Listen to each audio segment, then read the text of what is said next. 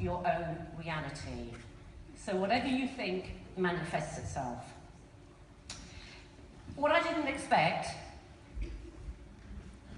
was a phenomenal response from the community. I went out and I spoke to many people, and thanks to the phenomenal support from sponsors, Marks and Spencer's, Metro Bank, Tesco, The Range, Town and Country Housing, Pure. I mean, the list is absolutely endless. All our sponsors are actually on the leaflet. My phenomenal team. I could not have done it without the committee, and I couldn't have done it without the volunteers, all the speakers who have come together.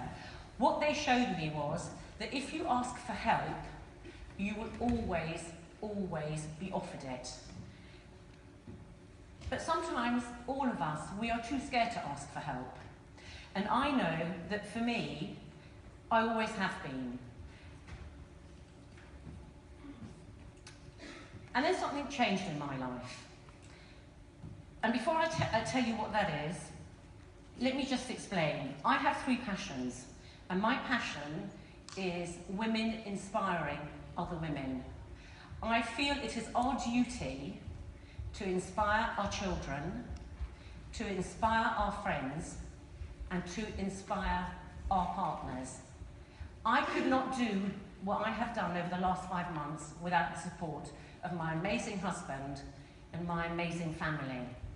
They have actually supported me through the highs and the lows, and they have given me the belief that I could achieve absolutely anything. And you all can.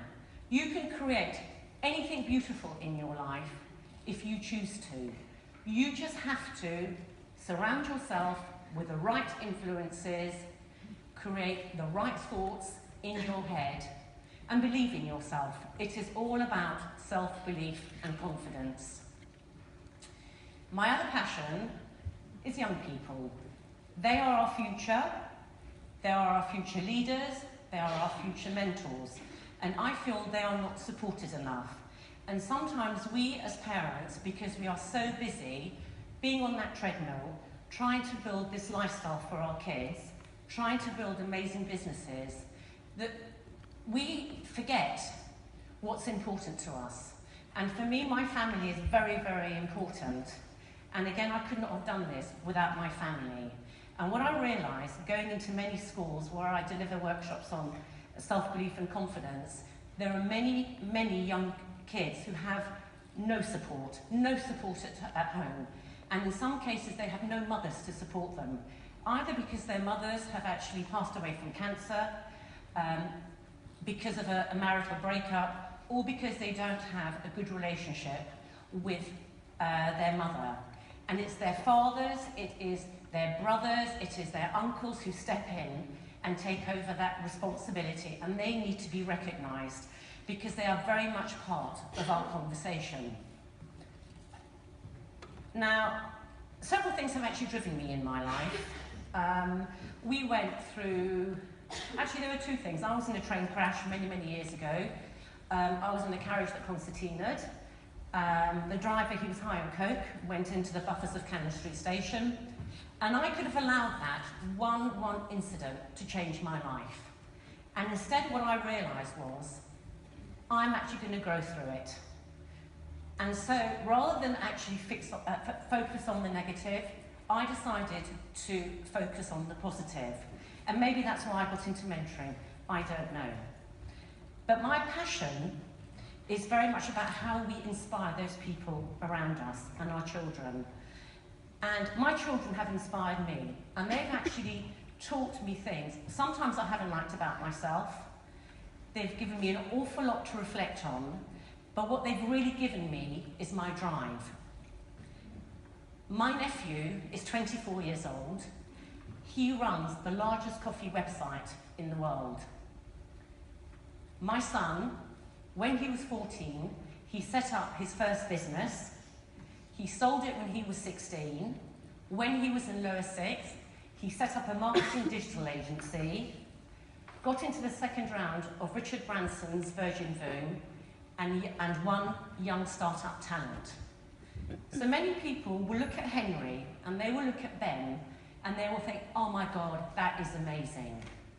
What they do not see is the dedication, the passion, and the vision that these boys have, and the huge, huge sacrifices that they make. They've had to sacrifice their social life. They make a lot of lonely decisions on their own. Ben, he actually crowdfunded. He raised £157,000 in 3 days. And as a result, he suspended his studies at university. That wasn't an easy decision. And always in any decision that we make, there is an element of fear. And what I learned about 5 or 6 years ago, when we had a big transition in our life, when my husband actually was made redundant, that was the moment that I grew. Because I hadn't realised, but I had become very, very complacent. And I thought I was happy, but what I realised, I wasn't pushing myself and challenging myself out of my comfort zone.